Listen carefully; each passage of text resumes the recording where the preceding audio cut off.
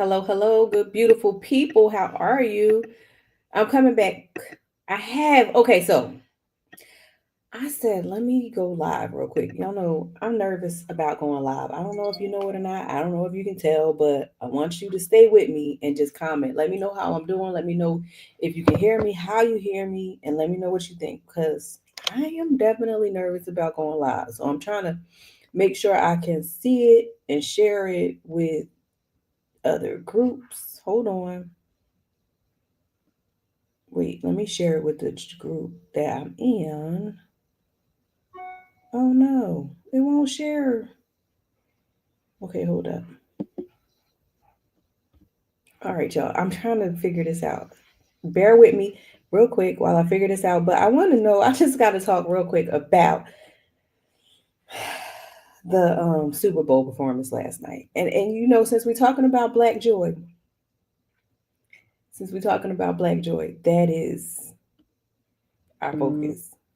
And we're talking about joy, just how Black women deserve joy. So I want to just kind of touch on it a little bit. I want to know what your key takeaways were, what your points were, what you got out of it. Please share it with me. So I want to share a couple of the takeaways that I got, and then I also want to do a quick mindfulness activity exercise.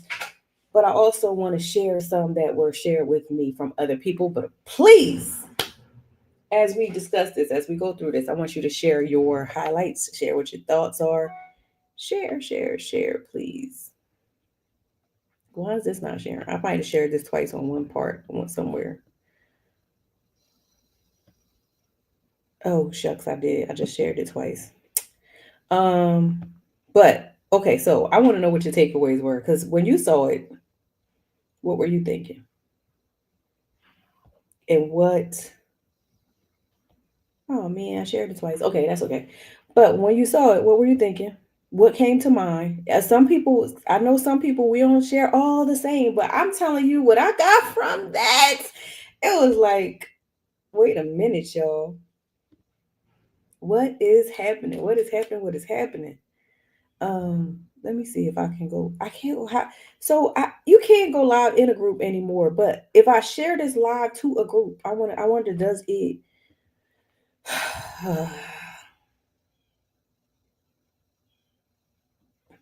Okay, I wonder, does it alert everybody right then and there?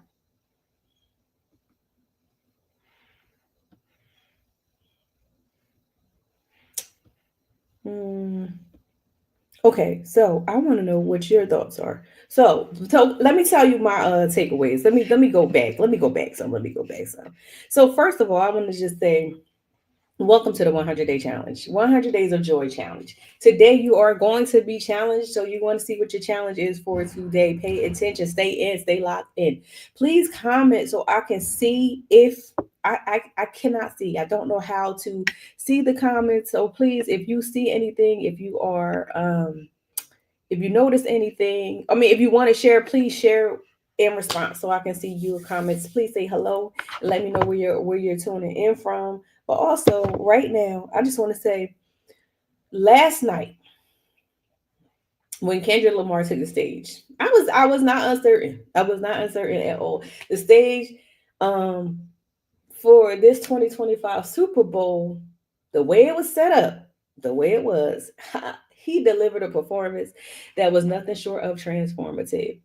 It was not short. His energy, his lyrics, his visuals all spoke powerfully to Black identity, resilience, and most importantly, to Black joy. Um, all right, so my key takeaways, I was going to try to share this with some more people, but I feel like I don't want to take away. So I'm going to try to figure this out, but I'm taking the courage to go live because my friends have said you should go live.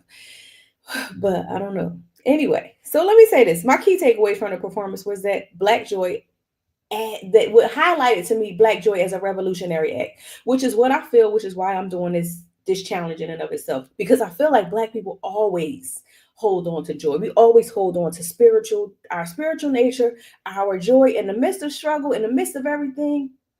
we're going to have some joy. We're going to find some way to experience some joy. And Kendrick reminded us of celebrating our joy last night as an act of resistance. Listen, I'm going to be over here minding my business. I'm going to be hanging out with my cousins. I'm going to be brunching with someone. I'm going to be over here rubbing my feet together, laying in my bed, drinking my tea, experiencing some joy because that is the act of resistance. I will not be caught up in your foolishness, okay? And that's what it said to me. With all the challenges that are going on, the historical burdens that are on us. Hello, hello. If you're here, let me know where you're joining in from. And make sure you please comment. But the historical burdens, his performance last night, we're talking about Kendrick Lamar's performance at the Super Bowl last night. The performance was a declaration that Black joy is not only beautiful, but it's necessary, which is why, again, we are here for the 100 Days of Joy Challenge, a radical statement of self love and empowerment. I loved it. I loved every minute of it. I actually found myself looking at it like, what am I missing? What am I missing? Because I didn't watch Squid Game, so I'm gonna go into that later on. But I didn't like it because I didn't like the notion of rich people controlling and manipulating these poor people into killing themselves. Oh my goodness. Anyway, before I go on to that, the takeaways that were shared with me, like these are just my bullet points, and I want you to share some of yours. But embracing through his lyrics, I'm gonna say embracing the intersections of pain and joy. We it can experience pain, but also joy at the same time. We are no stranger to painful things happening to us. We are no stranger to being shut out, being looked down upon, being isolated, fighting the way for other people so that they can access a privilege and only to tell us that we're not worthy of the privilege that we fought for so that they can access.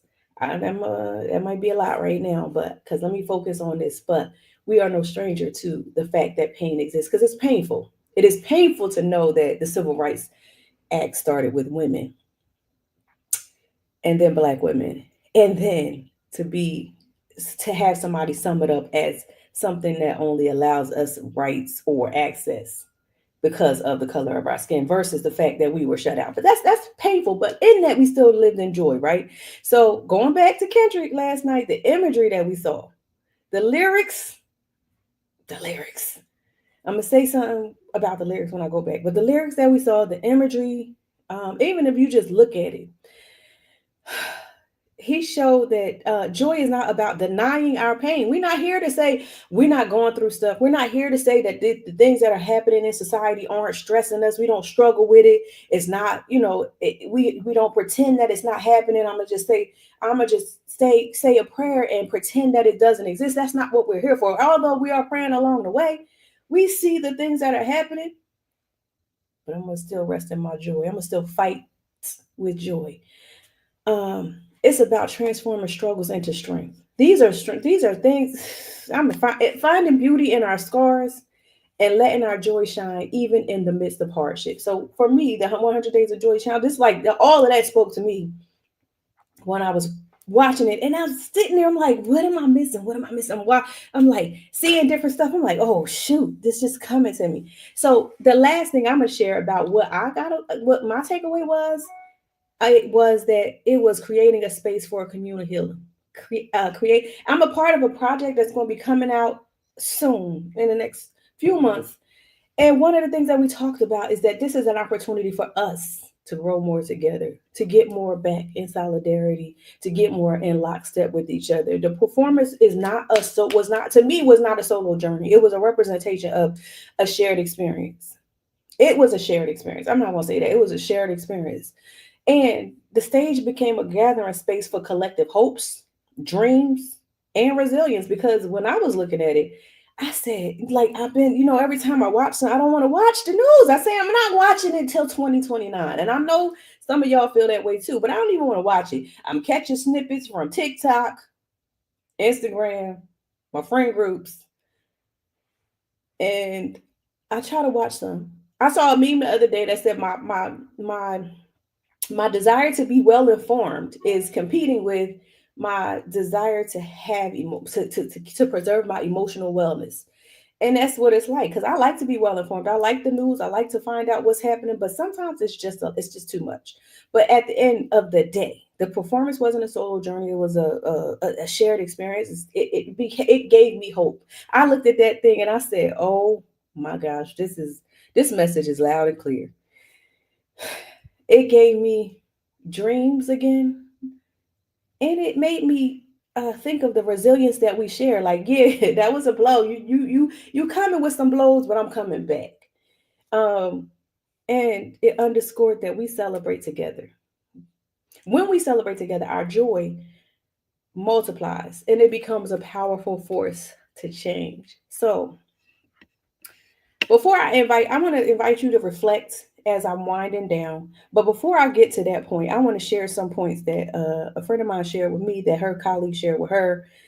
And I thought, how profound are some of these points? Number one, if you got some, please put them in the comments. I can't see the comments for some reason right now. I don't know what I'm doing. Oh, you know what? Let me say something here. Uh, I'm gonna say, let me put. Okay, so number one, she said that she talked about the Kendrick Lamar is a Pulitzer Prize winning, okay, writer. He has been praised for his lyrical genius and his storytelling ability. We got to get back to the art of storytelling, y'all. Storytelling is, we've had griots. We've had a long history of people telling our story, and we got to keep telling our story. It was very disheartening for me during the election to hear people say, "Oh, those things don't mean anything to me. They don't change my life. They don't do anything to impact or affect my life." And that is because we haven't been telling the stories. Like, we have not. It's no way possible that we've been telling the stories. And only the year I was born was the year that women were allowed to hold a mortgage on their own house through the fights that were happening for civil rights. Before that, they could not own their own, hold a mortgage on their own house. We haven't been telling the stories. We haven't been telling the stories. I said something the other day, like, it's just even as simple as an access ramp. Remember, when you ride up to the store that people not going to right now with the red bullseye,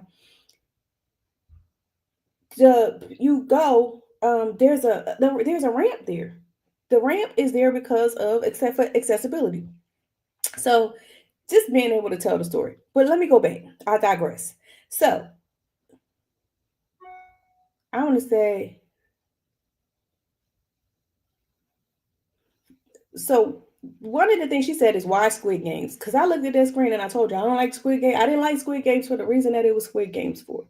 But I want to say that, why Squid Games? And she said she thought about the same thing. How poor people being manipulated by rich people. Where are we today? They think they can get a piece of the finances, but everything is rigged. That is what's happening in America right now. That is one of the focal points of Squid Game. Excuse me. She said, "Did y'all realize I did this? I realized it too at the end when it said game over. That the whole field was a PlayStation. It was a game, and it was a game being controlled and manipulated by others." That the players' outfits could also be prison uniforms is one thing that this person said. Uh, America loves to relegate black folks to margins. Like, don't do this. Just sing and dance. Don't do anything else. Remember that person, that the reporter who told LeBron, just play basketball, shut up and play basketball. And it's not until we decide, like, nah, I'm not living within the parameters of what you decide, what you said. All right, so this is getting lengthy, so I'm about to share two more, and then I'm gonna do the mindfulness thing. Well, it's gonna be more than two, but real quick, the quotes. There are so many quotes that I will use. She said, the revolution is about to be televised. When he first came on, he said, the revolution is about to be televised. You picked the wrong guy. You picked the right time, but you picked the wrong guy. Um, you remember, historically, Gail Scott Heron had a line. Well, I thought it was Stokely Carmichael. One of them had a famous line that said, "The revolution will not be televised." So maybe Stokely was paraphrasing from Gil Scott Heron. But anyway, we remember the revolution will not be televised. He said this is the revolution will be televised, but you picked the right time but the wrong guy. That was one. Number two, Samuel Jackson is Uncle Sam and Uncle Tom at the same time. He is the government telling us what to do, and someone who looks like us, hardworking to reinforce it. All skin folk and kinfolk, because there are some people who would rather have seen someone, and someone used this, and I'm going to say it. Said they would rather have somebody who did not fully articulate points, who used drugs, who was misogynistic toward women, who agreed with the establishment, would have rather had them there to entertain um, rather than have this kind of experience. So I thought that was interesting. And then the next song was Humble. Sit down, be humble. Sit down, be humble. That's what we're always told to do. But he can't do it because he's got royalty in his DNA. Royalty in my DNA is what he said in the song. And how can you sit down and shut up when you literally came from kings and queens? That was another point of joy. So I thought this was amazing. This was interesting. The points were interesting. And another lyric, just one more lyric before I run out. Have you ever run your enemy down with a poker face? That's a skill we have to learn. Hide emotions and fight. They'll never see it's coming. I just so many points. Like he even contrasted people sitting on the corner. Y'all remember they was in that it was a scene where they was kind of sitting on the corner and they had like gold teeth and stuff, and they was laughing, joking, expressing their joy. And somebody and Uncle Samuel Jackson came up and said, "No, no, no, too much, too ghetto."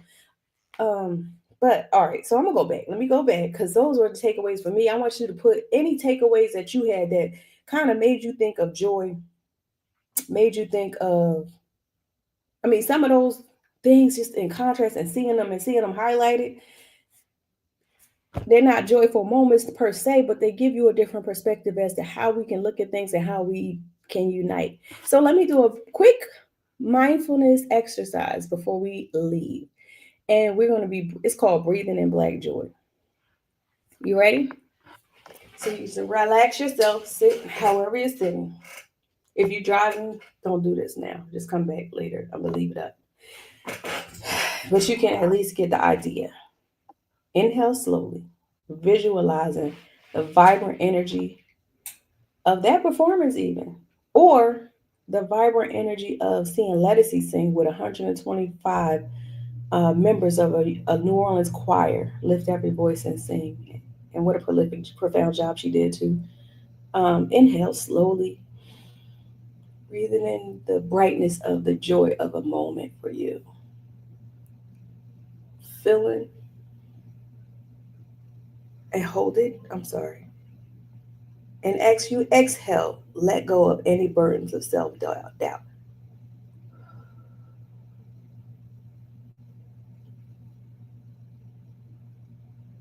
One more time, breathe in a joyful moment. Visualize something joyful, hold it, and as you exhale any self doubt. You know you can do it. You got this.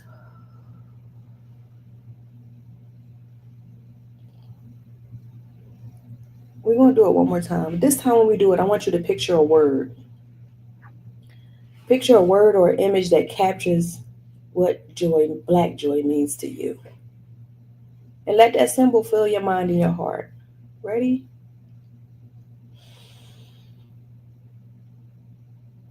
A word. For me is connection.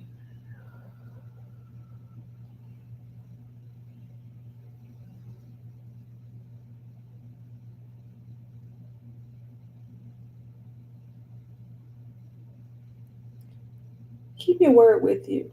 Visualize you connecting, whatever your word is. Visualize you doing that thing with others.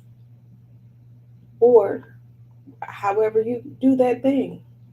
Visualize yourself doing that thing. See it, get a picture of it in your head.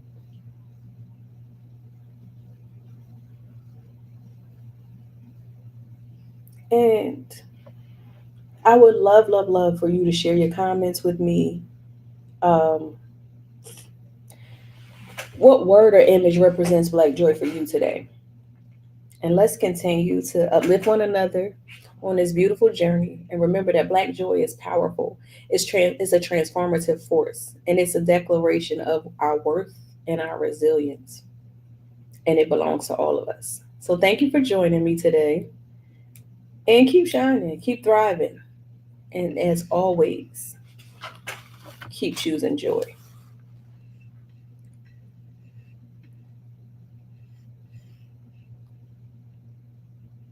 Black joy is revolutionary.